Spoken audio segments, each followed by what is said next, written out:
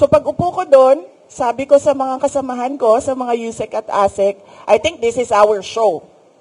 Kasi walang participation at all ang Pangulo. So gagawin na lang natin kung ano yung dapat na gawin para sa edukasyon dito sa ating bayan.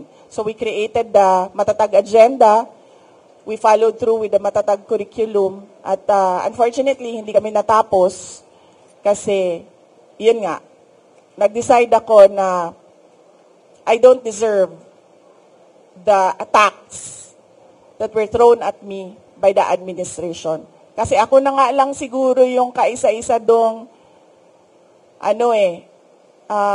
nagde-deliver para sa cabinet ni BBM. Tapos ganun pa yung gagawin nila sa akin. O di, nung nawala ako, edi wala na. Wala na siyang accomplishment at all sa mga hindi kasali, hindi aabot. Tama ba ang sinabi? Hindi aabot sa Office of the President ang corruption. So, siya lang makakasagot niyan kung ano ang mangyayari. Ano yung tanong mo? Yeah, of course, baka ituro lahat ng mga kalaban sa politika sa ongoing na investigation ng ICI. Do you think po mangyayari po ba na baka mapunta rin sa inyo yung sisi or mapunta rin sa inyo yung ituturo or whatever dun sa investigation?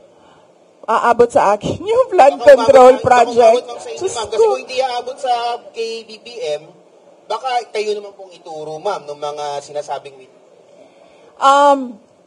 Sigurado ako hindi aabot sa akin ang flood control scandal. Kasi unang-una, wala namang flood control projects sa OVP or sa Department of Education.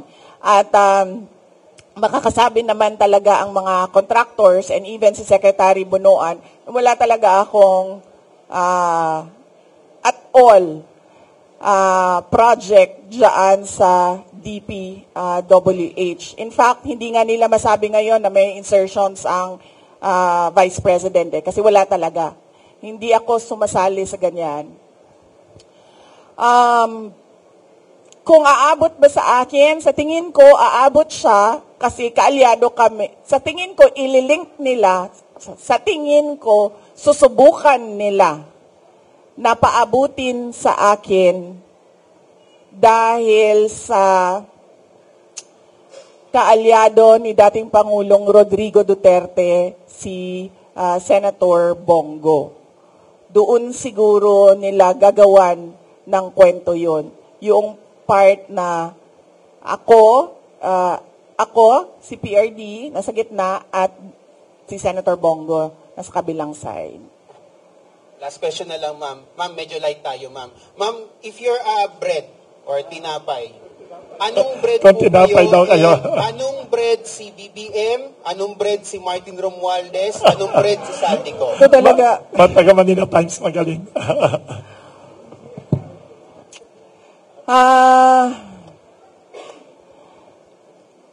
Definitely, hindi bread si Martin Romualdez at si BBM. Sino yung isa? Apat yun. Zaldico. Definitely, hindi sila tinapay.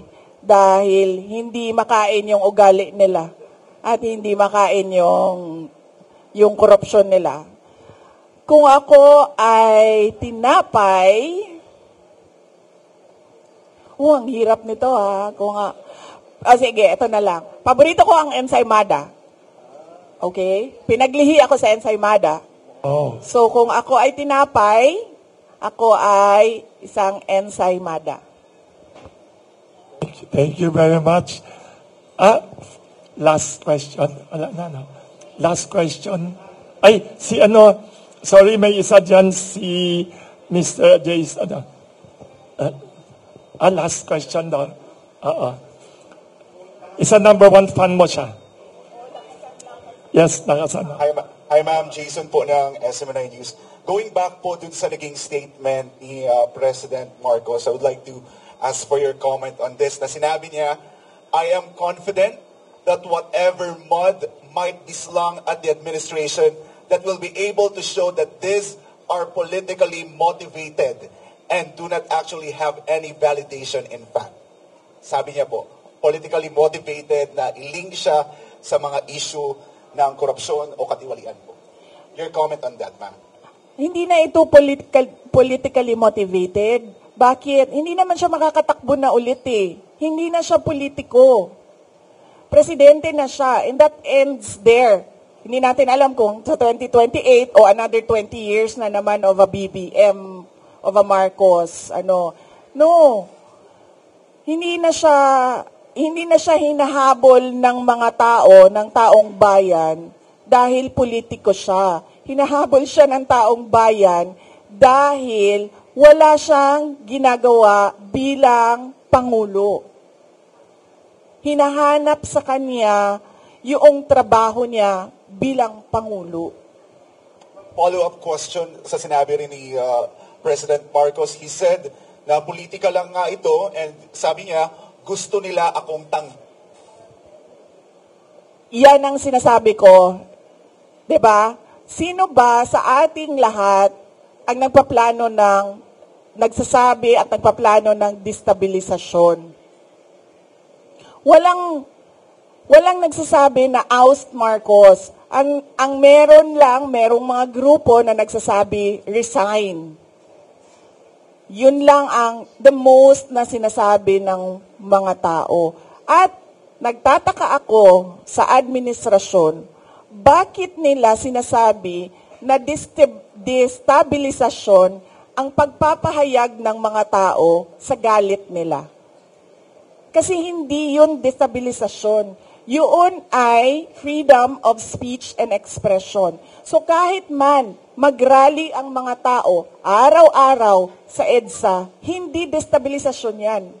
Freedom of speech and expression yan. Pagpapahayag yan ng galit mo, paghahanap yan ng accountability, ng transparency sa administrasyon, sa gobyerno. So hindi yan pagpapatalsik sa Pangulo. Kaya lagi ako, kahapon din, yan din yung tanong ko. Kanino ba nanggagaling yung destabilisasyon na salita? Sa administrasyon. Kasi, duda ko, natatakot sila sa posibleng mangyari sa kanila. At alam naman natin na matagal na talaga silang insecure. Noong kampanya pa lang, madami na akong kwento ng yung panggigipit nila sa campaign team ko. So alam ko na noon, at yung mga pinagsasabi ni Lisa Marcos noon pa. So alam ko na insecure. Alam na natin na insecure. Siguro takot. Kaya nila nasasabi may destabilisasyon. Kasi takot sila. Kasi totoo yung sinasabi ng mga tao na ginagawa nila. Hindi nila ma-deny kasi nasa papel 'Di ba? Nakikita mo sa budget ang nangyayari. So hindi ma-deny. So takot. Paranoia, siguro. Kasi 'di ba pag ikaw ay hindi siguro, paranoia talaga 'yan. Unang-una, insecure, pangalawa takot, pangatlo paranoia. Kasi ang tao na may bisyo nagiging paranoid. Na magbibigay lang ako ng example, pinapa-explain ng mga departamento kung saan ako pumupunta at bakit matagal ako sa isang lugar. Ganun na yung papel na umiikot sa loob ng gobyerno. Yan ang politika. 'Di ba? Magtatanong sila, anong ginawa ni Inday Sara doon? Ilang oras siya? At sino ang mga tao doon?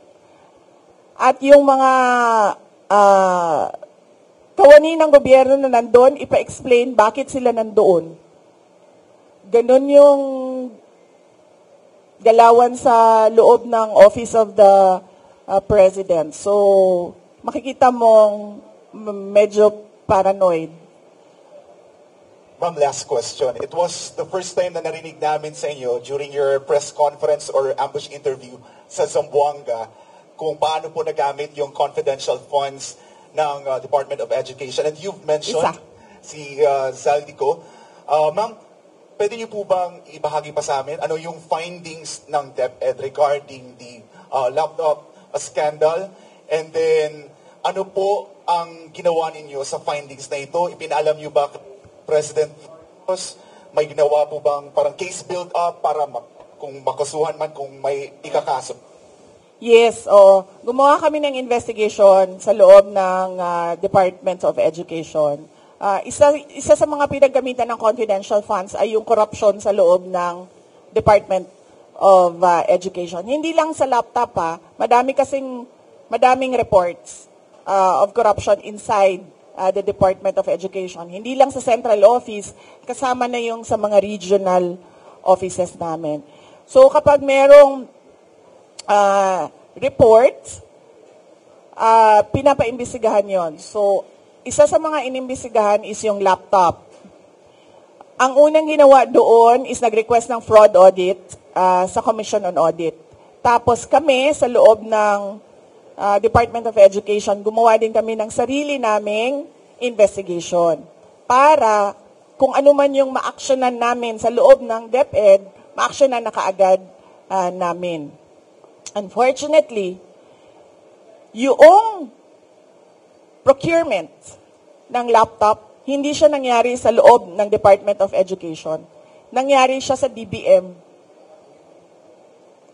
So, ang pinaka-papel na nasa loob ng Department of Education ay yung agreement between DepEd and DBM. So, hindi pumasok lahat ng procurement documents sa DepEd. So, ang pinaka na magawa lang namin doon sa loob ng Department of Education is mag-blacklist. And at that time, hindi pa namin ma-blacklist kasi hindi nga sa amin nangyari yung procurement. So, natali yung kamay namin doon. Kaya inasahan namin na doon sa fraud audit ng Commission on Audit, may lalabas doon na mga personnel involved. At doon sa Blue Ribbon Committee na investigation, kung maalala nyo, may nangyaring Blue Ribbon Committee investigation sa Senate, sa laptop, ginamit namin yon sa loob ng Department of Education para isa-isahin kung sino yung mga personnel involved na under sa mga tao involved doon sa Senate Blue Ribbon investigation. Diyos ko, akala mo ba yung presidente natin nagtatrabaho? Hindi nagtatanong yan at all. Hindi, I swear to the flag, si BBM, hindi yan siya. Nagtatanong ng trabaho at all. Kaya napansin nyo ba, walang direksyon yung governance at walang direksyon yung iba't ibang departamento. Bakit? Kasi he doesn't give direct, he doesn't command.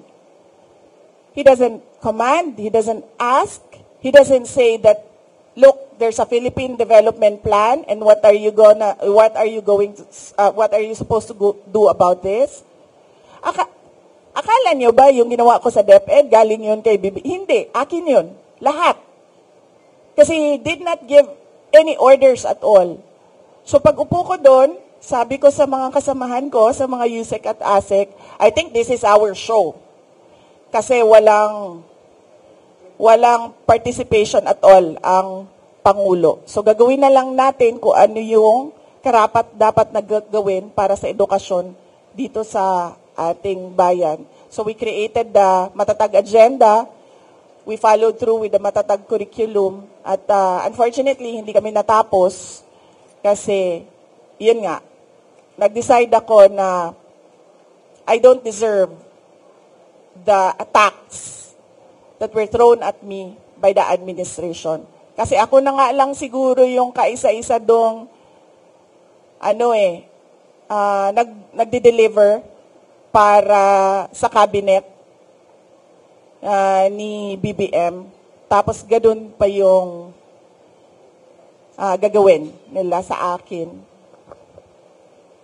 O di, nung nawala ako, edi wala na. Wala na siyang accomplishment at all.